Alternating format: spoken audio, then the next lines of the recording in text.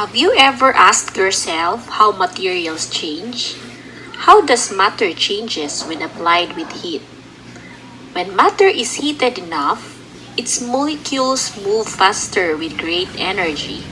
It is like watching an ice cube in your palm that becomes smaller until it melts, or a boiling water that turns into a stem. If enough heat is added, solid can become liquid and liquid change to gas. Heat, as discussed in your previous grade, is a form of energy.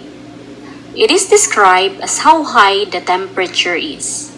We use a thermometer to measure the heat. Our largest source of heat is the sun. Heat can bring about a physical change in matter. Some solid materials melt when the heat is applied to them. A common example is a piece of melting ice taken out of the refrigerator. The ice absorbs heat from the surroundings, which will then melt after a few minutes. On the other hand, if water evaporates when it is subjected to heat, just like when your mother hangs your wet laundry under the sun, after several minutes or hours, the clothes become dry, which means that the water in your clothes evaporated. Sun is the main source of heat. When water is subjected to heat, it evaporates. When water, just like the wet laundry under the sun, after several hours, the clothes become dry. This means that the water in the clothes evaporated. Heat does not easily produce physical change in a material. Sometimes, heating a material causes it to undergo chemical change. For instance, when we are cooking. The chemical changes caused by heat are irreversible. For example, is a fried egg. It has undergone chemical change by cooking. Now, can you bring back the egg into its liquid form before it was cooked? Did chemical change happen to the egg after it was cooked? Heating materials can also cause chemical change. The chemical changes caused by heat include combustion. It is irreversible because the chemical composition of matter has been changed or affected. Can you return the fire into a gasoline? Of course not. The process is irreversible. Combustion. It is the scientific term for burning. It needs heat, fuel, and oxygen to happen.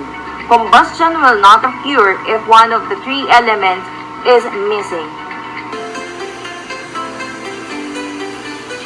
Heating materials can also cause physical change. Some changes caused by heat, like melting of ice and evaporation of water, are reversible. The water from ice can be frozen back to ice again, and evaporated water will become water again when it condenses and forms. Physical change happens when the materials change in shape or size, but the substances or particles making up the materials are still the same. These changes are directly observed, like when you cut or slice an apple. There are changes in shape and size of an apple, but the material is still the same. Aside from cutting, there are also other processes that cause changes in the materials. These include bending, dissolving, freezing, boiling, shredding, and melting. The breaking of glass into pieces is also an example of physical change. Change in the state of matter from solid to liquid or from liquid to gas is also an example. The pictures below show the different processes that cause physical change. Examine each picture below. What do you think will happen to its properties after each process? You have learned that the materials undergo physical change when there is a change in size, shape, or color. A materials undergo physical change when there is no new substance formed and the process is reversible. Study the following examples. Chemical change is a change in a material that results of a new substance. It may change in size, shape, and even color. The process is irreversible. Look at the following examples.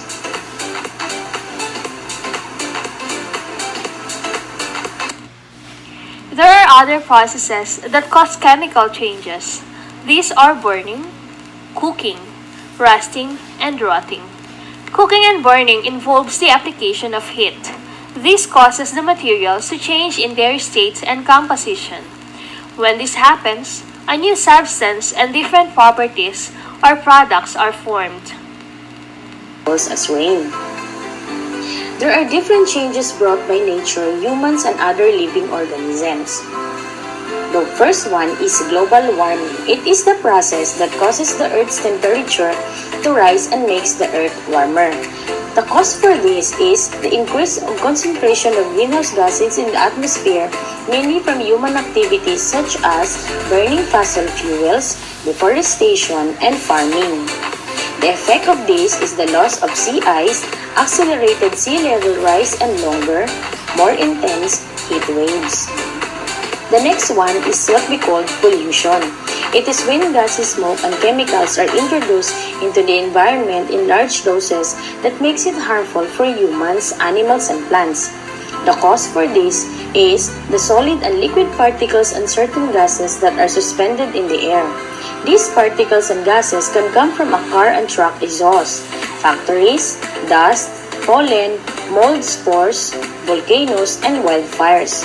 The effect is makes muddy landscape, poison soils and waterways, or kills plants and animals. Humans are also regularly harmed by pollution. It may cause lung cancer and other diseases. Another is kaingin system. It means clearing by the cutting down and burning of trees and plant growth in an area for cultivation purposes. The cause is the agricultural plantation. The effect is the destruction of forests and wooded areas through kaingin system, and fires have deprived birds and their nesting places. Animals' habitat were destroyed, thus endangered wild animals. The last one is incineration. It is a waste treatment process that involves the combustion of organic substances contained in waste materials. The cause for this is too much waste. The effect, it poses a significant threat to the public health and environment. It will also cause cancer and respiratory symptoms. Let us save the earth. Let's think of some ways that prevent change and will not harm the environment. Some of suggested practices are waste segregation, making of compost pit, and the practice of the 5 R's technique.